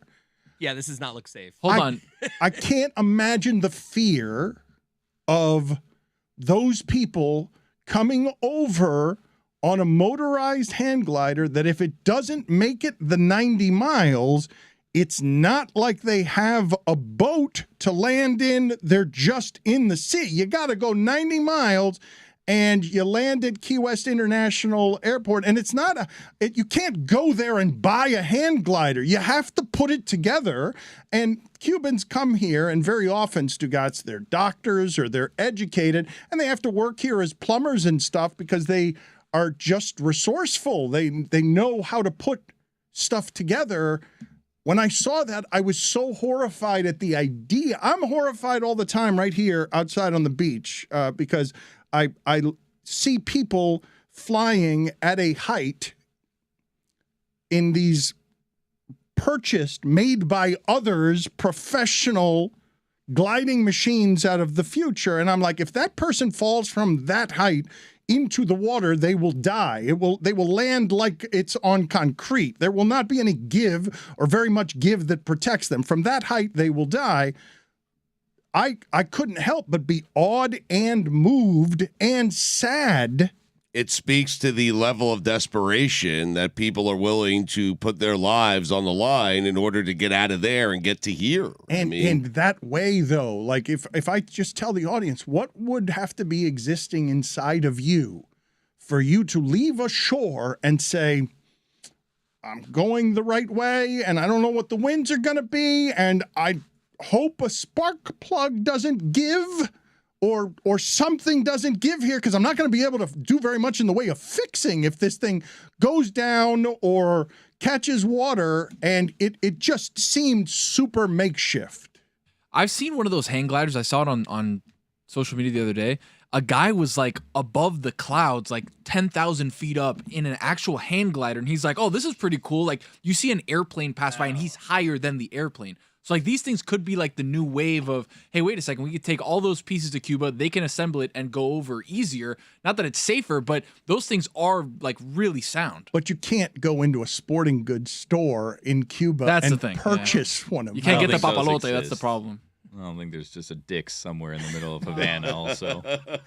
That you have to form that however it is that you form that. As far as makeshift goes, though, this seems like a pretty solid You know, it seems like a pretty That one looks solid mode of sturdy, transportation. yeah. Would you get on it? No, I mean, no. Now you've gone too far. I mean, it seems pretty solid is really easy to say from the comfort of that particular chair. It seems really solid is not an observation I would make when I'm on the shore willing to throw my life to the wind, and I'm going to leave in the back behind me in my wake. I'm going to leave the island that represents my home. Lots of questions when you land at an airport, though. Yeah. Not that I'm not second land at the guessing where airport. you land. Obviously, I mean, you see a runway, you think that seems like a safe place to land. But you can land that thing in a driveway. I would think soft landing, honestly. I'd be looking for soft places. But if you're gonna get away, there's lots of red tape beach, at an maybe? airport. I think Not a place you want to land. Yeah, not if you're. Oddly, Yeah. yes, right. What a tremendous second guess by you. I don't want to be the person to say it. I hate Oh, it. he's right. He's right about Well, that. actually, You didn't have to be. You chose to be. Well, I mean, because you don't. That's the thing. They could have gotten away with it. You land in somebody's yard, like a big backyard. You land that sucker You just right think in. it was an accident. In and Oh my out, god, baby. someone was flying. If you land that, they're like, "Where did you? Where'd you go? What are you doing here? Tony, you're acting like it's easy. You just land that sucker right into You a do. backyard. I mean, they landed at an airport. You can land in somebody's backyard. You can go a little bit further, horse country back here. Well, that's like. didn't you guys say in Austin that if you have a ladder, you can just blend in? They should have probably. That is true. They should have brought a ladder. That was a good move. Flown in with a ladder, then they would be like, Yeah, the oh, ladder they're- would have been tough to they're carry. clearly though. here to do work. That lot of probably weight. needs some context. Oh no, people get it. It's a good In call. It was a great Austin- callback. in Tony, Austin- Tony did say in Austin that he wanted to get into places that he wasn't credentialed for, and he was asking if anyone else wanted to just carry a ladder with him. You can get in because anywhere with a because- ladder. We were Anywhere. speaking to the value of carrying a ladder. Anytime you're at any kind of public event, if I'm walking in with a ladder, that's like who's stopping Ladder me? and like a Right, work yeah. shirt with your Yeah. name on it. Yeah. You can go anywhere. You need Yeah, three exactly. things: a ladder, a name tag, and purpose. Yes. Or the Yes. look of Yes. purpose in your I- face. A walk of There, purpose. there has to be something else other than a ladder that grants you the Three same. things. Nobody No? asked questions about The the look ladder. of Nope. purpose, the I've- name tag, Right. the ladder. Maybe a cap. I've pitched a bit to the video team here where I go to some like You should festival do that. or function and I just have like a clipboard and a headset. And the bit is people are going to come up to me at some point and start asking me quite like, where do I park? Where's the entrance? Like you just look like you belong. And I'm mic'd up. So I'm giving people advice. I'm like, oh yeah, you go that way, you make a left. And then, yeah, you get your ticket there. And I don't know anything about this festival. So that'd be a funny video bit. I do believe that people would just. Now, are you putting a colored vest on as I can well? have all the stuff. That's what I'm willing Vest to is do. important, like the whatever we- highlighter vest. Whatever we think will get people to think that I'm supposed to be there. A vest and a ladder is getting you in. Oh, God. Vest and a ladder gets you in anywhere. What if I Doesn't had a- matter where. What if I had a ladder and a clipboard? You'll be in that new fraud No, museum. no. Different genres. Right. Really? Yeah. For me, a clipboard is like, oh, this guy's got the info. If you have a He- clipboard and a security shirt, No. you're dominating. Yeah, yeah. Clipboard and a blazer. Oh, a blazer. But what- Yeah. vest. What about the shirt But, like, under the blazer? fancy. What are you trying to get into with that, Billy? Like, I'm what, not getting into anything. But what is Chris trying to get into with that? Trouble. The vest has to be orange, correct? It can't just be a vest. It has to be an orange For the vest. ladder A safety vest? situation. Yeah. For the ladder. For the other one, you're looking like three-piece suit So you vest. got and me a as like clipboard. the airport guy? Like, to me, It's the- not the airport Oh, guy. you need the Depot. batons. It's just Yeah. why would he be wearing that unless he was someone? Like, it's Right. not. I don't have you. I He don't wants to have, be seen. I don't have Forget you. about the ladder. I mean, I'm giving you no expertise except the ability to purchase an orange vest and have it fit. And even there, if it was too tight, which it might be with you Wow. and me Fat joke. and me. and I me. tried to look right past it. I have a new Ooh, grift. wow. I have a new grift that I think you I'm could in. try. Chris, well, you haven't even heard it Nah, yet. I'm in though. I like it. I have another grift after your grift. Okay. Couple of grifts All right, cutting it all up. right, you go- all right. Let's Couple of save grifters. your grifts for the post-game show. Just save them. I want to hear your grifts, but just save them for the post-game show. What a tease. Tony's always going in on grifts. Team player. He just was No, like, I get what Billy's doing, and I like it. But I like the cut of his jib. You haven't heard. I like the cut of his grift. You have not actually heard what it is. Doesn't matter. Okay. Whenever there's a good grift, I'm kind of in. I'm sniffing around the grift. I like it. I like Tony because Tony knows, you know what? I'm not going to get to the places I want through like actual Conventional means. Exactly. Yeah. I have to get it. I got to get it out the mud. Exactly. You shouldn't be agreeing with what he's saying. No, you know what? But he's right. I have to get it the hard way. It's a realist. My parents always told me, pa la buena o pa la mala. And sometimes I have to do the mala. Just get in there. Just get in there. Terrible parenting, by the way.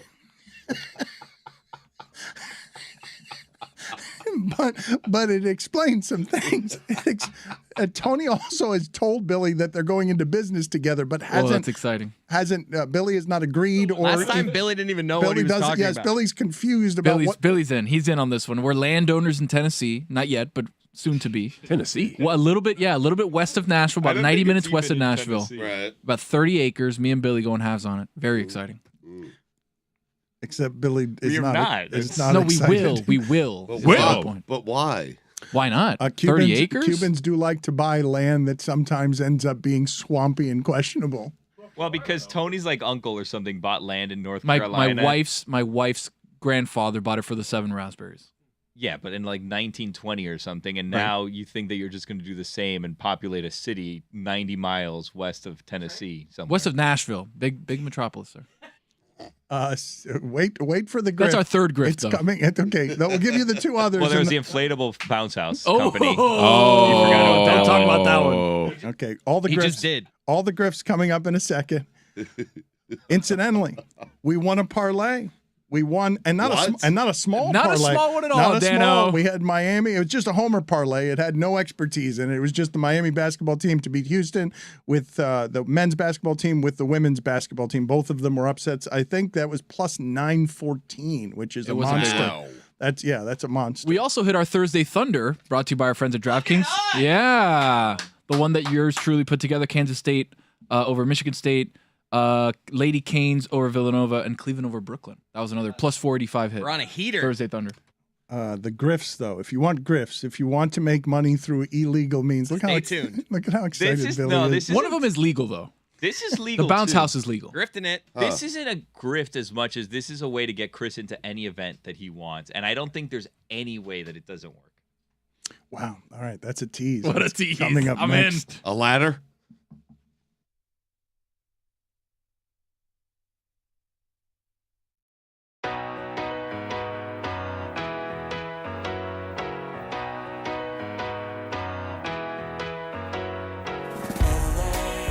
I'll spend all night out in Venice, then make castles in the sand.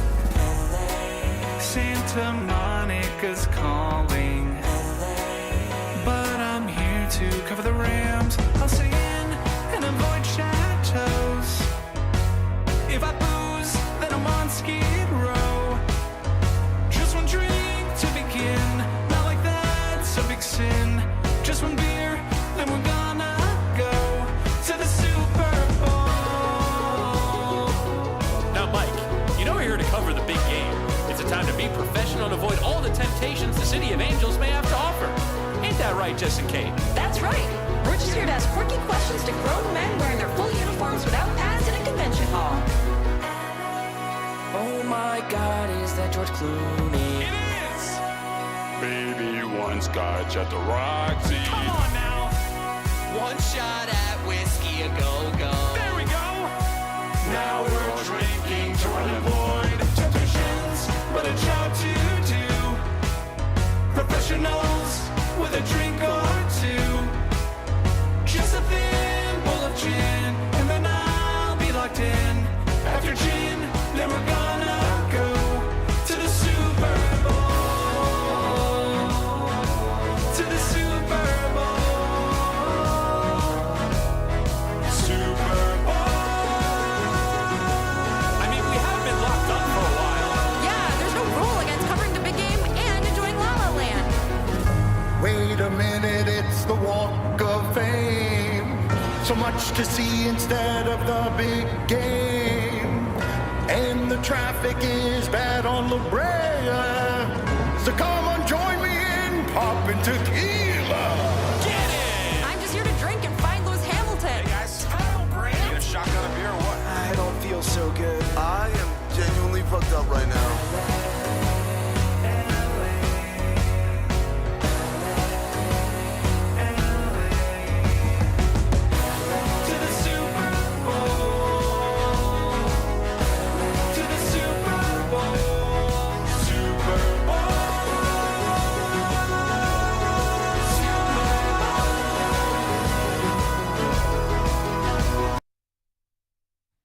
That's a solid point. That was a Oh, great it was a point. big time Came point, out. man. If you're not watching live, Chris just pointed masterfully. I've been doing countdowns today. I like this seat. Other than Really? I hate it.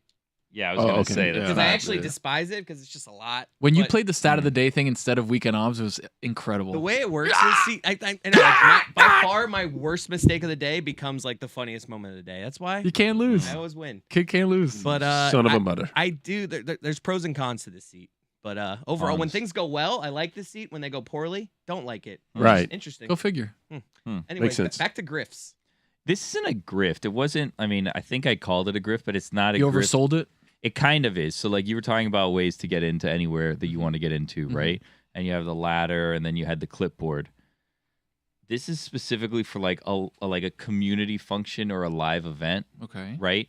And you need to have access to certain things to make it happen in this particular scenario.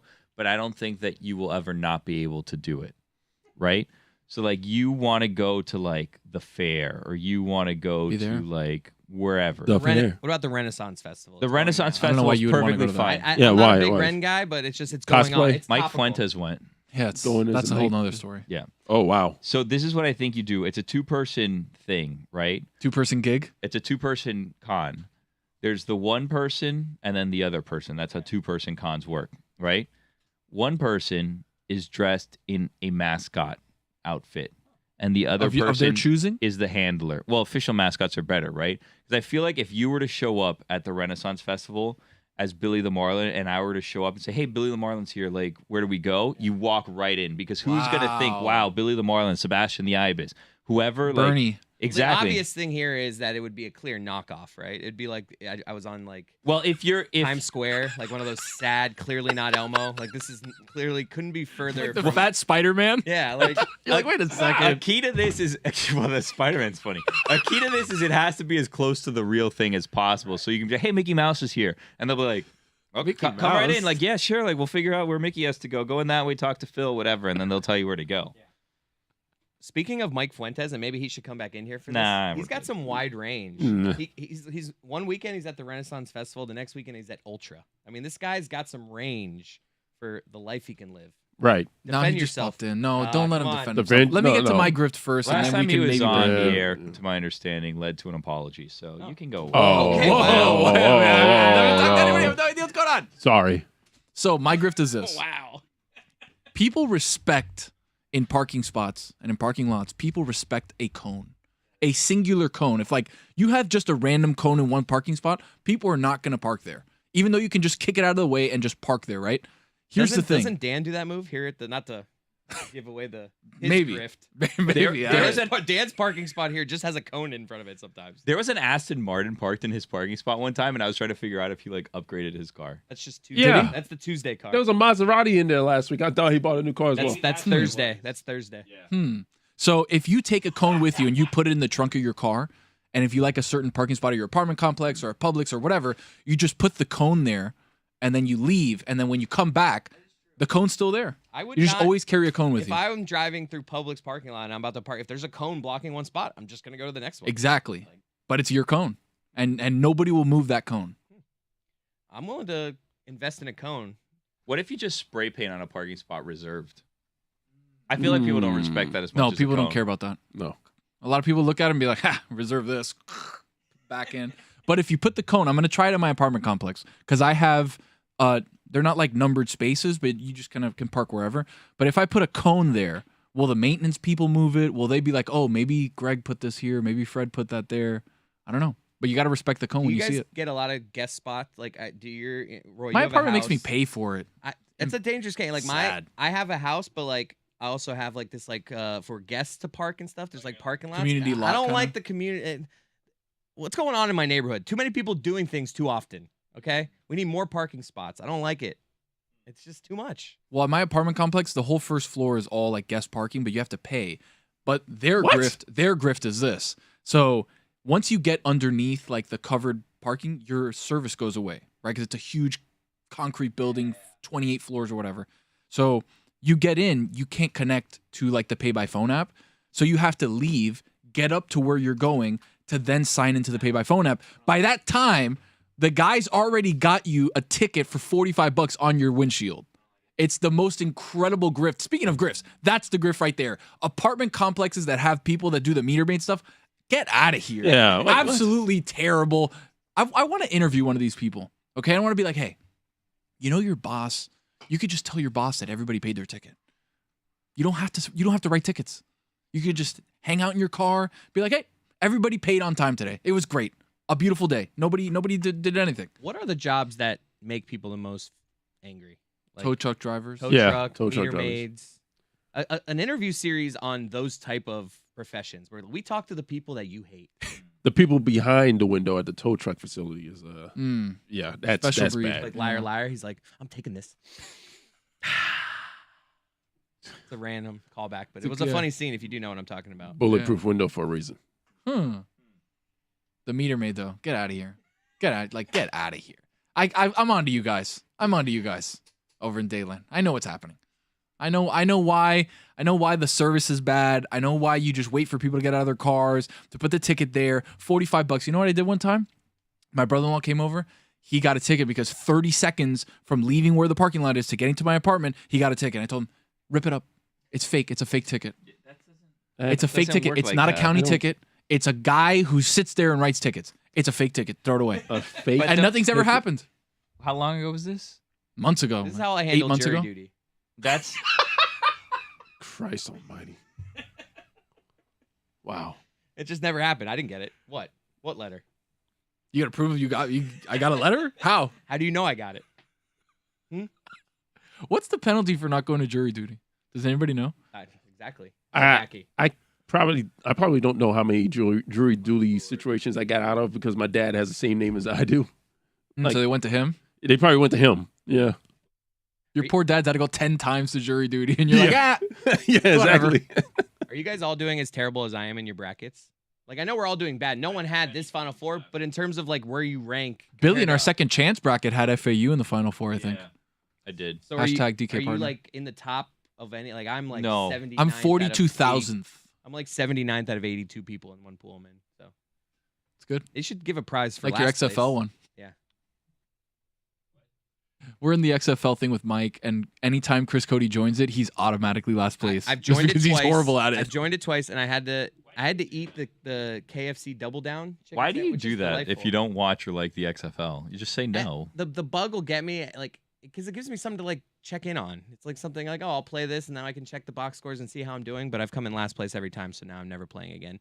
And the punishments are like you chug a beer, Chuggy. do a shot of alcohol, and like I wasn't drinking one day, so I'm like, oh, the food one is eat this double down, and it is a monster sandwich. Yeah, it's a big sandwich. Have you still not drank this year? Yeah, I'm totally super clean sober. And we went to Epcot this weekend. Oh, me and Lewis and really? a couple of people, and Oh my I was God, completely you went to sober. Epcot and didn't drink? Yeah, I was completely sober. What were you doing at Epcot? Living. Not drinking. Did he Not take his drinking. kids? Unbelievable, man. I don't Yeah, he believe took you. his kids. Oh, I don't the believe family you. trip? It was a family trip. Yeah, we were gonna invite you, but you were out of town. You were. I don't know where you were. You know what I've learned? I don't know. It's controversial. What's that, Billy? Your kids are great. Other people's Thank kids, you. horrendous. Right. Other people's kids no, are terrible. No, Lewis's kids, to be super honest, Lewis's kids are awesome. He has Vinny, who is his youngest, who was born in August. The kid didn't make a peep the entire day. Great kid. Leona, Sierra, all the kids, they're great. Shouting them out like they're listening. No, well, I mean, I'm just saying, like they're. It sounded like you they're were good setting up kids. for a butt at one point. No, Yeah, no but- butts. Okay. No ifs, ands, or buts. But- I haven't met Billy's kid yet. Obviously, I've met your two daughters, so There was an and. A plus for them. My A plus daughters. My daughter's a maniac. Billy's got like 11 dogs. That's it's like fine. whatever.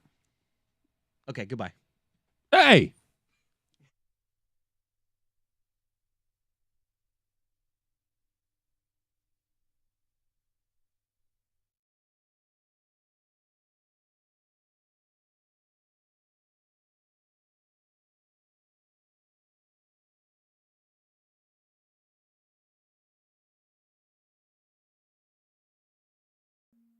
Stugotz, what's the matter, buddy? I mean, just one time. I mean, 40 years I've been rooting for this team, and just one time I wanted my team to play in that big game in that beautiful